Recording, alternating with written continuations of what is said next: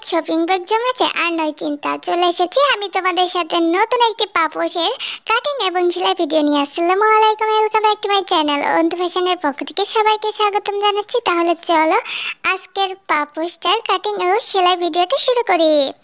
তো প্রথমে আমি মুরগির ফিট আনে যে বস্তা, ওই বস্তাটা নিয়েছি। তো এটা লম্বায় আছে 20 ইঞ্চি এবং চওড়া আছে 15 ইঞ্চি। আর এখানে আমি 1.5 ইঞ্চি পরিমাণে একটি শপিং ব্যাগের টুকরা কেটে নিয়েছি।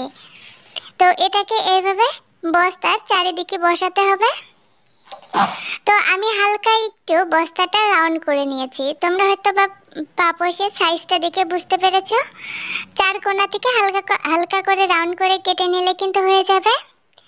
তো এই যে আমি এখন আস্তে আস্তে করে ঘুরিয়ে দেন আমি এটাকে সম্পূর্ণটা চারি সাইডে লাগিয়ে নিব।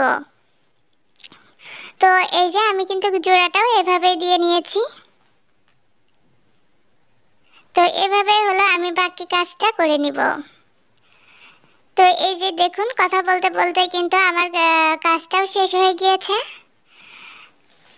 তো এখন আমি পাপোশের কাগজটাকে উল্টে নিয়েছি, অর্থাৎ এই যে পাইপিনের কাপড়টাকে এখন আমি উল্টো পাশে নিয়ে যাব।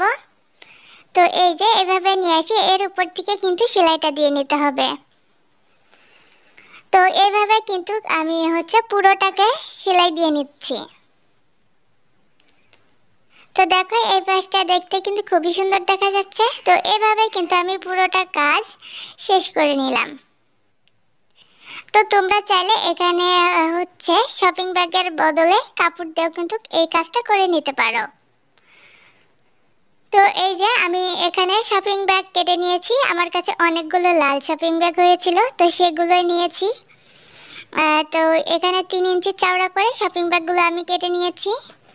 তো এই যে শপিং ব্যাগটা এমনভাবে বসাতে হবে যাতে অর্ধেকটা বাইরে থাকে, ঠিক আছে?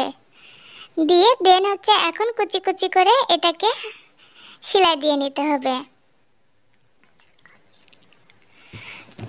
তো এইভাবে কিন্তু আমি পুরোটাকে সেলাইটা দিয়ে নিলাম।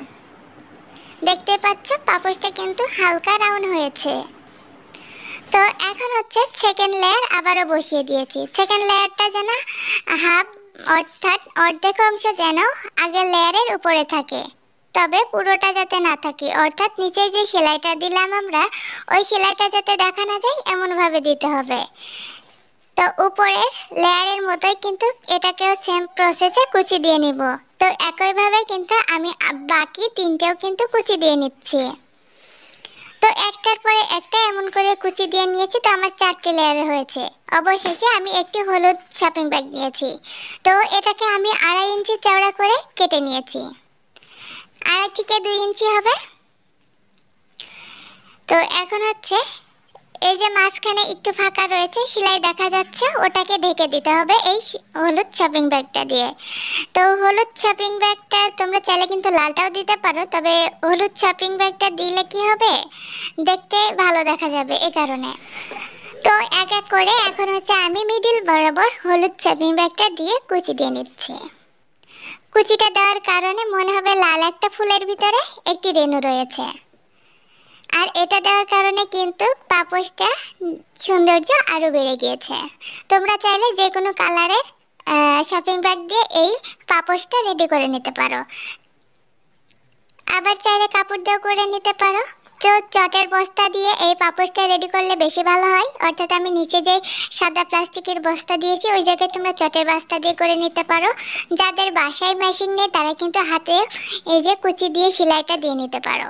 তো বন্ধুরা, আজকের ভিডিওটা বা আজকের আইডিয়াটা কেমন লেগেছে অবশ্যই কমেন্টের মাধ্যমে জানাতে একদম ভুলো